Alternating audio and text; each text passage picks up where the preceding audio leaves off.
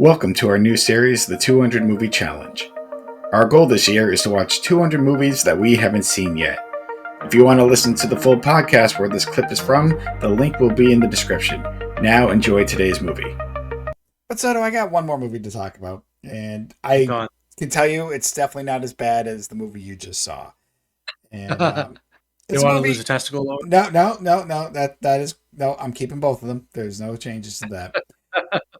It's a movie that's been on my radar, that on my watch list for a few months, and probably because, again, at the beginning of this, my curiosity was I wanted to find some movies based on video games that I haven't seen, jokingly to see which one might be the best, live action, maybe overall, because we've talked about this time and time again. There is not that many good movies based on video games.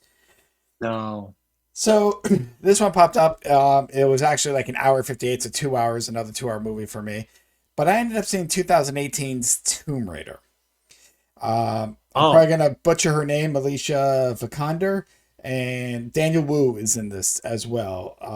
Who's done Angel. some Jackie Ooh. Chan movies, but Okay. no really things.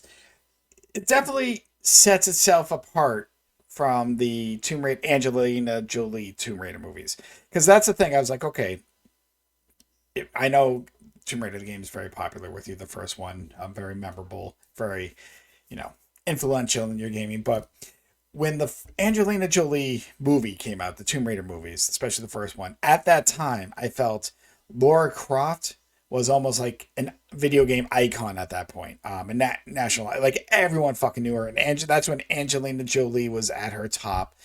So it's almost like they put star power on star power, if you know what I mean. And Sure. I barely remember the first movie, the Angelina Jolie movies. I know she had Cradle of Life. She did two I of don't them, remember but it. it's not like I'm going to go back. My vague feeling was like it was all right. Like it just didn't feel like a Tomb Raider film. I just felt like an Angelina Jolie project. But you know what? I'm not going to say if I like I said I think I enjoyed it, but it's nothing I would go back and watch. Just again, we've said this time and time, a popcorn flick.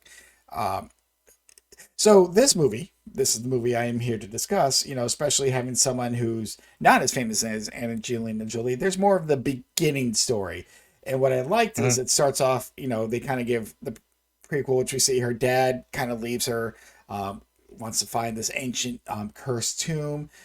He leaves her when she's As like always. 14. Yes, just leaves her alone. He's always come back, but this is the time he doesn't come back.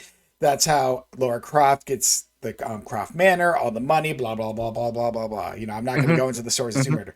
What The starts off lore of Tomb the Raider. Laura Tomb Raider. So they kind of start off as her a child. Then you see her as 21, and she's working as a bike courier, and she's trying to make ends meet. I'm like, oh, this is interesting. She doesn't have Oh, money. wow. And Okay. they Didn't get know kind of that. cool scenes. She's trying to you see she's trying to make ends meet. She hears about this race, whatever, and she gets arrested accidentally because she hits a cop car and gets paint all over it. Blah blah blah.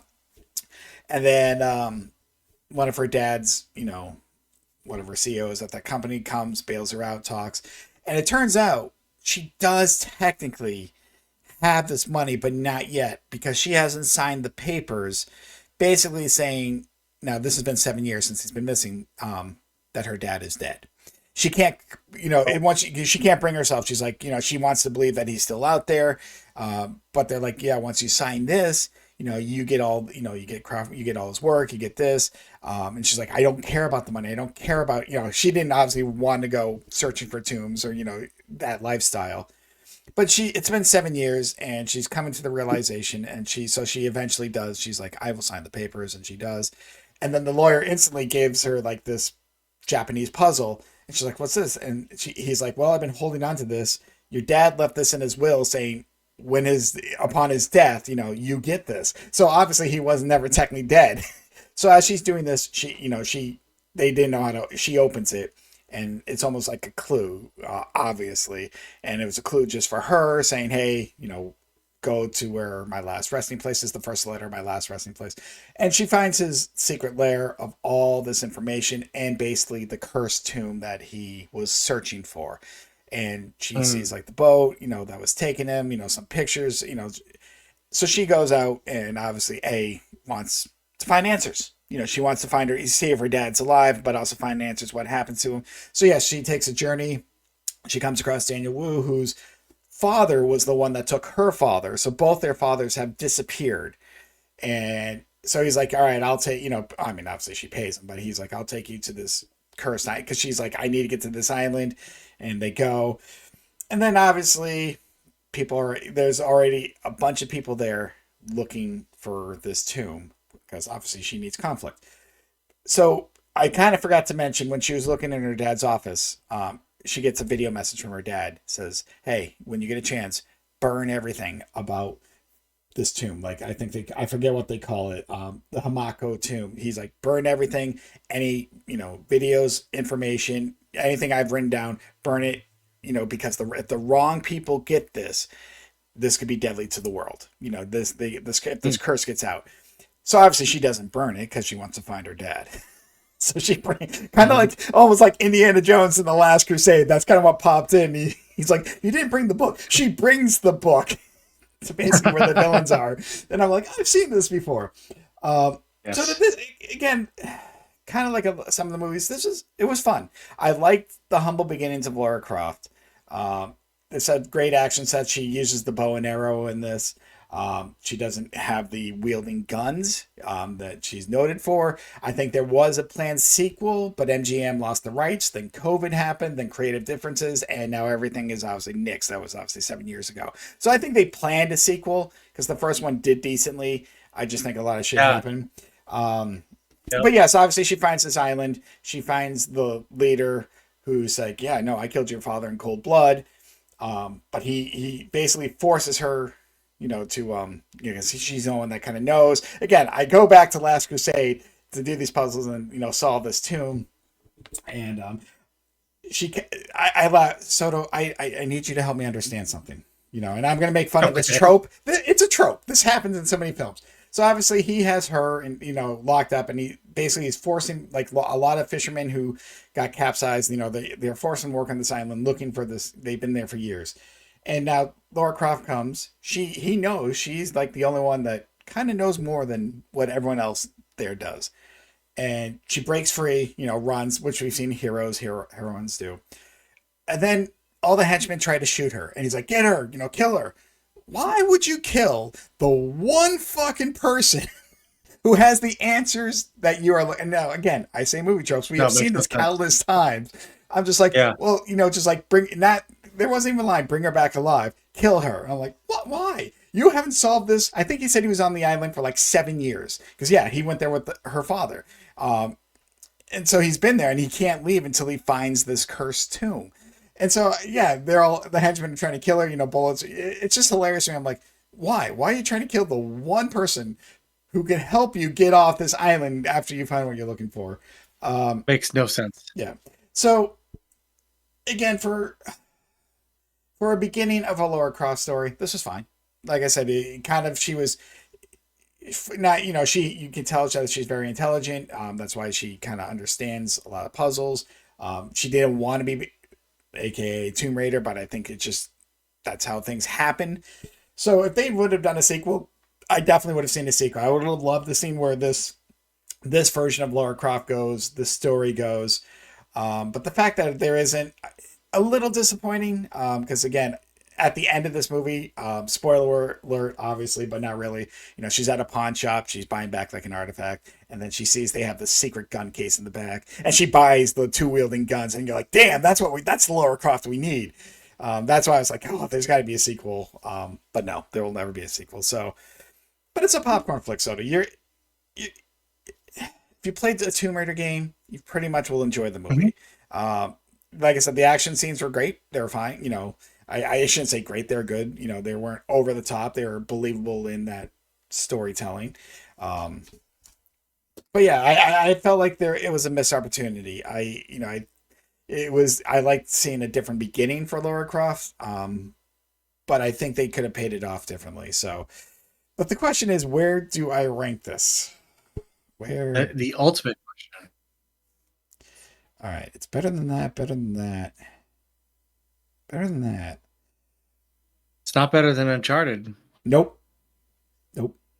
Though I like this actress as it was so weird because again, Angelina Jolie had, I would say, more of the look, but again, she was out there.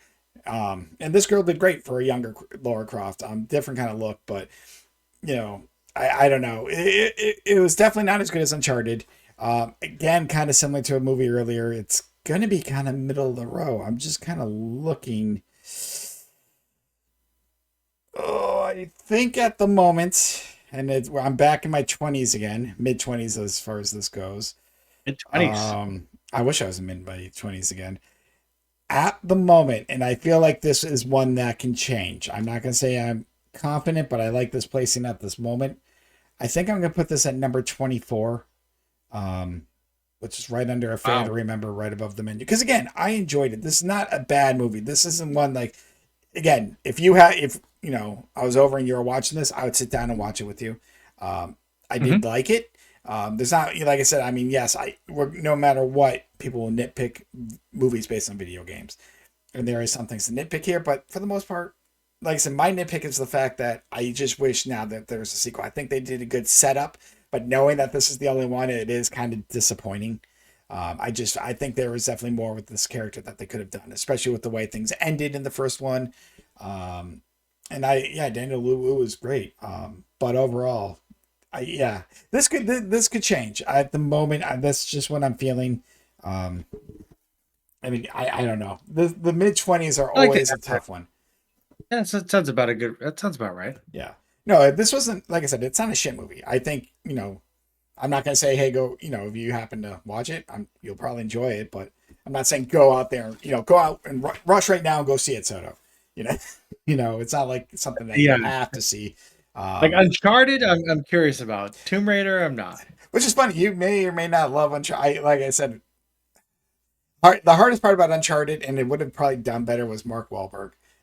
He's just not a good Sully, but Tom Holland won me over as Nathan Drake, and I just felt like the movie, but the overall feel Yeah, of it, like I said, you yeah. felt like the games, and I'm like they did good for they did the game justice. It was like, what the fuck did they do?